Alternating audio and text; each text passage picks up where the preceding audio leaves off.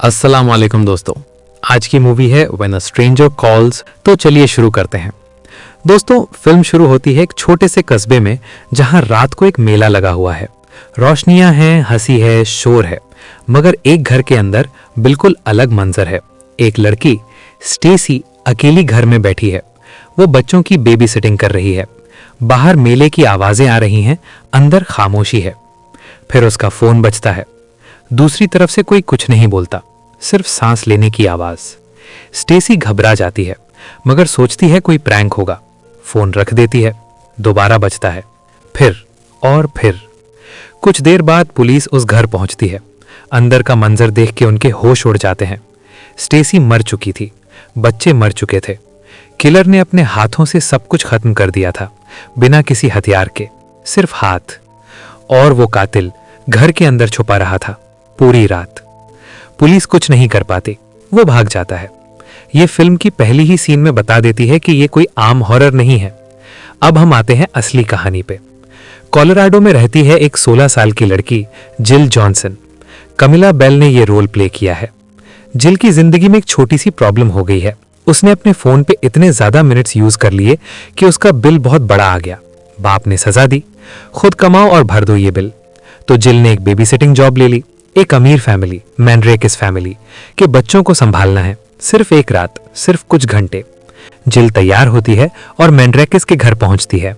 दोस्तों, जब जिल उस घर को देखती है तो एक पल के लिए सब भूल जाती है।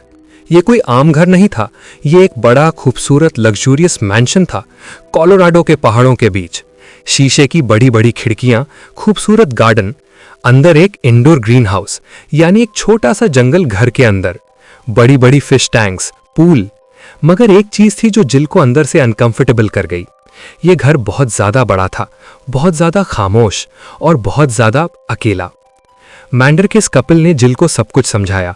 बच्चे ऊपर सो रहे हैं, उन्हें डिस्टर्ब मत करो। घर में एक मेड भी है, रोजा, वो खाना वगैरह संभाल लेगी। हम रात तक वापस आ जाएंगे। और वो चले गए। जिल अकेली रह गई उस बड़े खामोश घर में। उसने अपना फोन निकाला, बॉबी को मैसेज किया, कोई जवाब नहीं।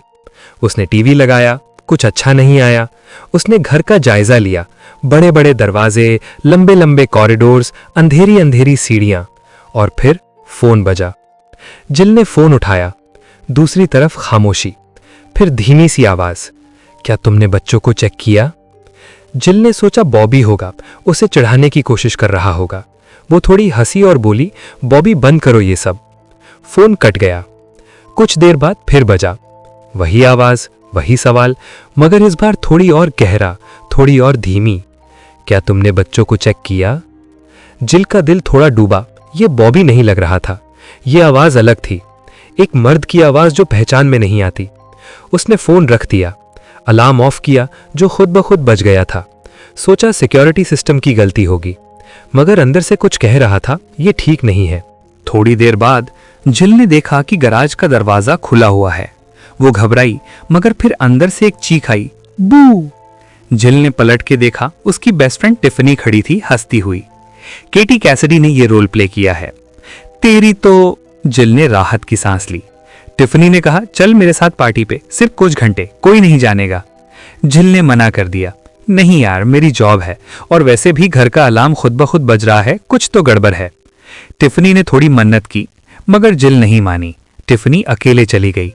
जिल फिर अकेली रह गई और फोन फिर बजा। इस बार जिल ने फोन उठाया तो दूसरी तरफ बिल्कुल खामोशी थी।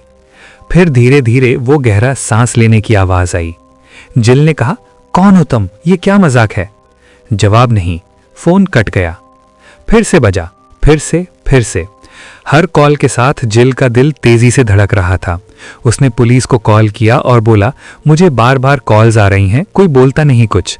पुलिस ने कहा, ठीक है, अगली कॉल पे उसे ज्यादा देर तक लाइन पे रोकना, हम ट्रेस करेंगे। जिल ने हाँ कहा। अब वो वेट कर रही थी, फोन के साथ, खामोशी के साथ, अंधेरों के साथ। और इतने में उसने खिड़की के बाहर गेस्ट हाउस में एक परछाई देख ली। कोई था वहां। जिल ने सोचा मैंड्रेकिस का बेटा कॉलेज से वापस आया होगा। वो बाहर गई, गेस्ट हाउस का दरवाजा खोला। अंदर कोई नहीं था, मगर कुछ अभी अभी वहां था, ये वो महसूस कर सकती थी। एक कप थोड़ा हिला हुआ था, एक कुर्सी थोड़ी खिसली हुई थी। जिल तेजी से वापस घर के अंदर आई, दरवाजा बंद किया, सांसें तेजी हो गई थीं। उसने रोजा को ढूंढा। रोजा कहाँ थी? पूरी किचन में सिर्फ रोजा का दुपट्टा था, वो खुद नजर नहीं आई। जिल ने आवाज लगाई, रोजा, रोजा कहाँ हो? कोई जवाब नहीं। फोन फिर बजा।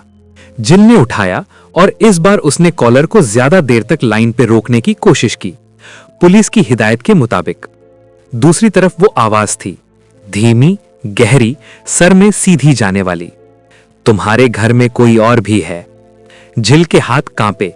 उसने कॉल काटी और तुरंत पुलिस को डायल किया। ट्रेस हुई कॉल? पुलिस ऑफिसर ने कुछ सेकंड्स की खामोशी के बाद कहा, मिस जॉनसन, वो कॉल्स घर के अंदर से आ रही हैं, घर से निकलो अभी। दोस्तों, ये वो लम्हा था जब थिएटर में लोग सीधे होके बैठ जाते थे। ये वो लम्हा था जब दिल की धड़कन तेज हो जाती थी।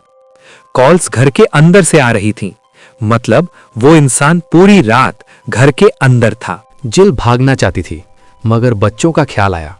वो ऊपर सो रहे थे, वो उन्हें छोड़ के नहीं जा सकती थी। उसने ऊपर जाने की कोशिश की, मगर रास्ते में उसने सुना बाथरूम से पानी की आवाज। शावर चल रहा था। जिल ने दरवाजा खोला। शावर चल रहा था, मगर अंदर कोई नहीं था। और फिर जिल की नजर नीचे गई। बाथरूम के फ्लोर पे टिफनी की लाश थी। उसकी बेस्ट फ्रेंड, जो थोड़ी देर पहले हंसती हुई गई थी, मर चुकी थी। जिल का दिल बैठा। वो चिल्लाई, मगर आवाज नहीं निकली। वो भागी। जिल सीधी बच्चों के कमरे में गई। वो दोनों, एक लड़का और एक लड़की, पहले से ही अपने प्ले रूम में छुपे हुए थे, जैसे उन्हें पता था कि कुछ बुरा होने वाला है। जिल ने उन्हें उठाया, चलो मेरे साथ, अभी कोई सवाल नहीं। तीनों भागे सीधा घर के अंदर बने ग्रीन हाउस में। वो छोटा जंगल जहां पौधे थे, पानी था, अंधेरा था। अंदर जाके जिल ने दरवाजा बंद किया। सांस रोकी, खामोशी। फिर पानी में कुछ हिला। जिल ने नीचे देखा। रोजा की लाश पानी में थी। मेड भी मर चुकी थी। और फिर ग्रीन हाउस का दरवाजा धीरे धीरे खुला। वो अंदर आ रहा था। दोस्तों, अब तक पूरी फिल्म में हमने स्ट्रेंजर को सिर्फ परछाइयों में देखा था, सिर्फ उसकी आवाज सुनी थी, सिर्फ उसकी मौजूदगी महसूस की थी। अब वो सामने था, एक बड़ा, खामोश, एक्सप्रेशनलेस चेहरा वाला आदमी। ना गुस्सा, ना जज्बात, ना कुछ, बस खाली आंखें, बस एक मिशन, तबाही। यही इस फिल्म का सबसे बड़ा डरा देने वाला हिस्सा था। वो एक आम इंसान था, मगर एक ऐसा इंसान जिसमें इंसानियत का कोई निशाना बाकी नहीं था। जिल ने बच्चों को एक कोने में छुपाया। वो खुद ग्रीन हाउस में स्ट्रेंजर से बचती रही, पौधों के पीछे, पानी के किनारे। स्ट्रेंजर ढूंढ रहा था। दोस्तों, ये वो लम्हा था जब जिल ने डिसाइड किया कि वो डरेगी नहीं। स्ट्रेंजर ने उसे पकड़ लिया। दोनों के दरमियान एक खतरनाक स्ट्रगल शुरू हुआ। स्ट्रेंजर ने उसकी गर्दन पकड़ी। जिल ने हाथ मारे, लातें मारी। ग्रीन हाउस में एक फायरप्लेस पोकर यानी लोहे का एक बड़ा सा आजा पड़ा था। जिल ने उसे उठाया और पूरी ताकत से स्ट्रेंजर के हाथ को जमीन में घोंस दिया। वो चिल्लाया, वो रुक गया। जिल भागी सीधा बाहर और सीधा एक पुलिस ऑफिसर के हाथों में गई जो अभी अभी पहुंचा था। स्ट्रेंजर को पकड़ लिया गया। बच्चे महफूज थे। जिल जख्मी, कांपती हुई, आंखों में आंसू लिए जिंदा थी। दोस्तों, फिल्म यहां खत्म नहीं होती। कुछ दिन बाद हॉस्पिटल में जिल सोई हुई है। सब ठीक लग रहा है। फिर फोन बजता है। जिल उठती है, फोन उठाती है। दूसरी तरफ वही धीमी सांस लेने की आवाज।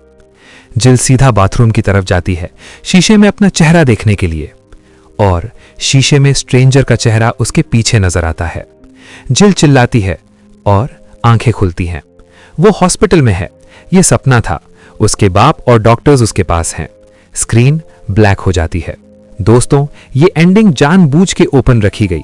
क्या वो सच में हॉस्पिटल में थी? क्या स्ट्रेंजर सच में पकड़ा गया, या वो अभी भी वहां है? दोस्तों, फिल्म खत्म होने के बाद एक चीज जानना जरूरी है। ये स्टोरी जिस अर्बन लेजेंड पे बेस्ड है, उसके बारे में लोगों का कहना है कि ये 1950s और 60s के अमेरिका में सच्ची घटनाओं से ली गई है। कई जगहों पे ऐसी खबरें आई थी जहां बेबी सिटर्स के साथ ऐसा हुआ। सच्ची या नहीं, मगर इस कहानी ने एक चीज सच कर दी। कभी भी अकेला नहीं रहना चाहते लोग एक अनजान घर में। और अगर फोन बजे और दूसरी तरफ खामोशी हो, फोन मत उठाना। तो दोस्तों, ये थी व्हेन अ स्ट्रेंजर कॉल्स 2006 की पूरी कहानी। अगर आपको ये वीडियो पसंद आई तो लाइक करें, चैनल सब्सक्राइब करें और कमेंट में बताएं। मिलते हैं अगली वीडियो में। तब तक अपना फोन ध्यान से उठाना।